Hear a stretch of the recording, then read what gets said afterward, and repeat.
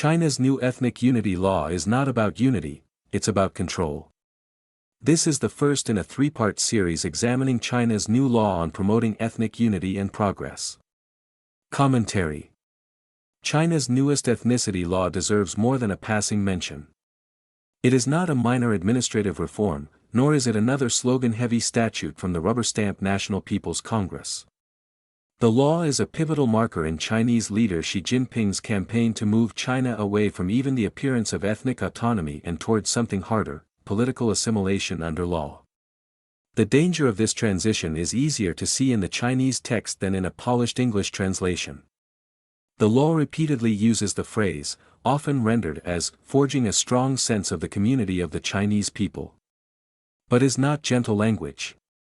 It means to forge, cast, or harden something until it is fixed.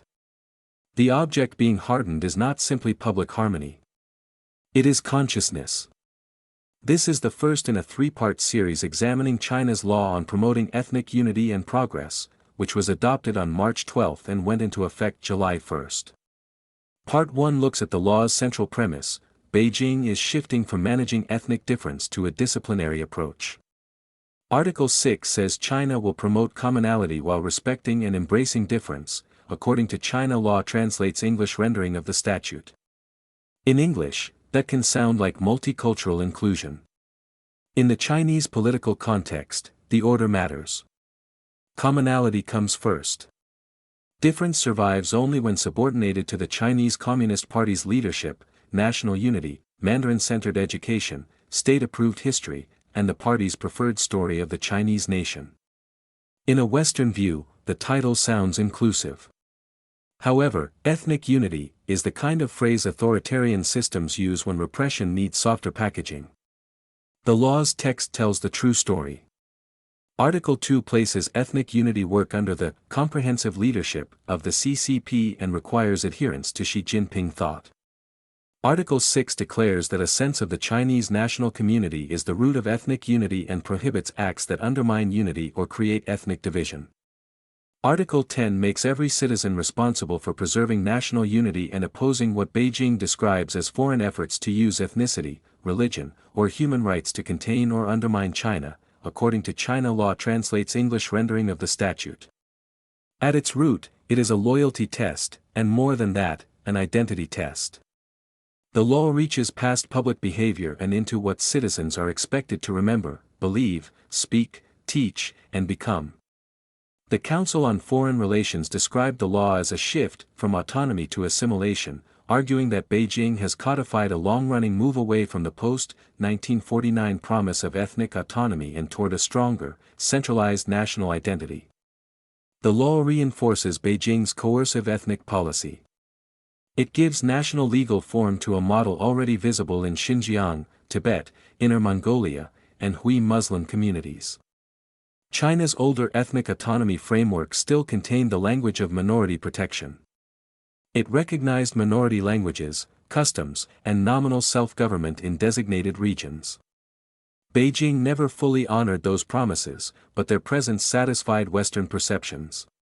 They represented, at least formally, the idea that minority identity had a protected place inside the Chinese state. The new law changes the center of gravity. It says the difference may be respected, but only after it has been made safe for the party. Culture may remain, but not as an independent source of authority. Religion may continue, but not if it competes with state-defined loyalty. Language may be displayed, but Mandarin carries the future. History may be taught, but the party decides which memory is correct.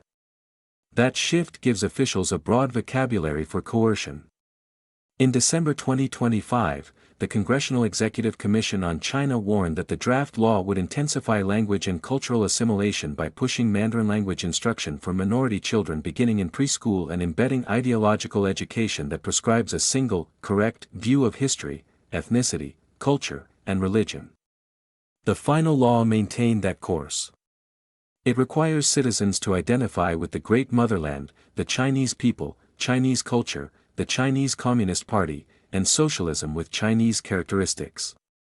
It also instructs the state to build a shared spiritual home, a phrase that sounds benign until one sees how Beijing uses schools, housing, religious policy, public architecture, and media to construct it.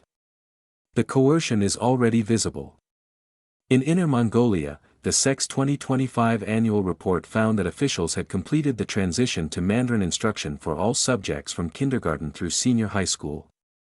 The same report noted a campaign to replace Mongolian-centered cultural language with Northern Frontier culture, a formulation outside analysts associate with efforts to weaken Mongolian identity and push a Han-centered national narrative. Beijing does not need to ban Mongolian identity outright. It can rename it, teach around it, and make advancement depend on accepting the party's version of it. Tibet shows the same instinct directed at childhood. CECC has warned that an estimated 80% of children in Tibet are separated from their families and educated in a system of state-run boarding schools. Human Rights Watch's 2026 report, Start with the Youngest Children, documents how preschool and kindergarten policies are being used to integrate Tibetan children into a Mandarin-first, state-directed identity system. Assimilation begins early because early is when memory is easiest to redirect. Hui Muslim communities face similar pressure through religion. The SEC's 2025 annual report reported that authorities suppressed Islamic expression through Sinicization campaigns, mosque pressure, imam detentions, and tighter state control over religious interpretation. In December 2024, police detained Hui Imam Ma Yue in Yunnan, prompting hundreds of local Muslims. Authorities responded with police and military personnel, communication jammers, checkpoints, and questioning of Hui Muslims. The pattern is familiar: define independent religious authority as disorder, then define suppression as unity. Xinjiang remains the clearest warning of where this logic can lead. CECC has noted that ethnic unity rhetoric has already been used in Xinjiang to justify programs such as Becoming Family, in which Uyghur and other Muslim families were forced to host party cadres and civil servants in their homes. A Congressional Research Service report on human rights in China describes severe restrictions on Uyghur religious and cultural life, mass detention, political indoctrination, forced labor, and coercive transfers. The new law gives the broader state a national template for the same political idea. The sequence is not hard to see. Beijing identifies a distinct ethnic, religious, or cultural identity as a potential threat to national unity. It then instructs schools, workplaces, local governments, religious bodies, media, and families to cultivate the correct identity. The new law paves the way for those who resist to be labeled separatist, extremist, foreign-influenced, or socially disruptive. The CCP is showing how a modern authoritarian state can make coercion look administrative. There may be no single order saying Tibetans must stop being Tibetan, Mongols must stop being Mongol, Hui Muslims must stop being Muslim, or Uyghurs must stop being Uyghur.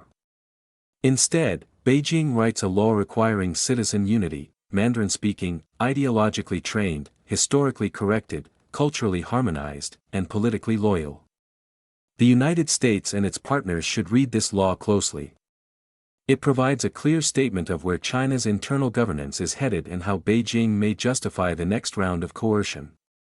Congressional committees, analysts, human rights investigators, allied governments, universities, and civil society organizations should treat the law as a warning. It broadcasts Beijing's new normal. International debate will not alter Beijing's course.